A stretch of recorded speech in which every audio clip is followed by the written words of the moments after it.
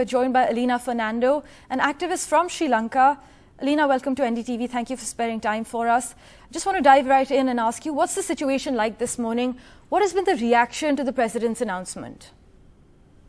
So the people are not very happy with, his speech was just pretty much saying things to kind of alleviate something, but it didn't really do much because what he has said doesn't really meet any of the demands that we have asked for. The one thing he said is that, the new cabinet and new prime minister will be assigned. But what we as citizens of Sri Lanka asked for is for him to resign. And the one thing he said is he is not going to resign. So our demands haven't been met, and we will continue to speak up and protest peacefully till those demands are met. Right, Alina, also, do you have access to essentials like groceries and medicines?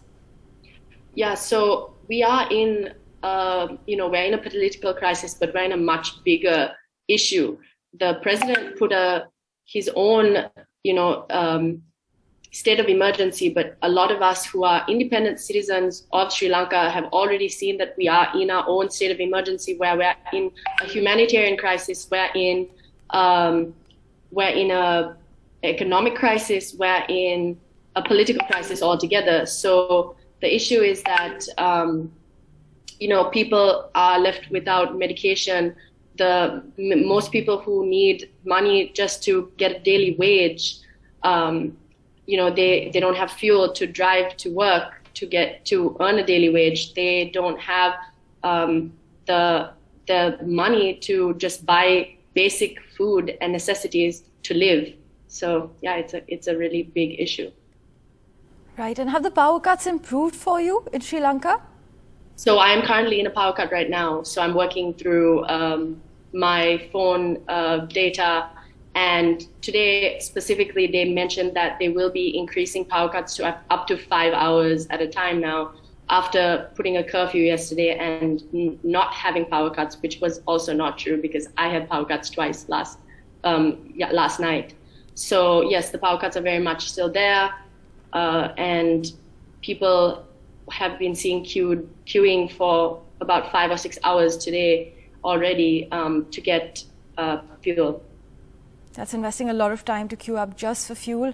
But before I let you go, I just want to ask, give us a sense of the atmosphere as far as the perception of the Rajapaksas is concerned in Sri Lanka. So we have already given demands. The atmosphere right now is we haven't gotten everything that we have demanded. The prime minister has resigned, but the president has yet to resign. So one of the main demands is that the prime minister and the president, after they resign, we do not want anybody who is affiliated with their regime or their family to come back into power. And we want the 20th Amendment abolished, which is enhancing the executive powers of the president to the country. Right. Alina, here's hoping things improve in the neighborhood soon. Stay safe. Thank you so much for joining us. Sri Lanka has suffered through months of lengthy blackouts and shortages of fuel and other vital goods. Here's sincerely hoping better days are ahead in store for our neighborhood.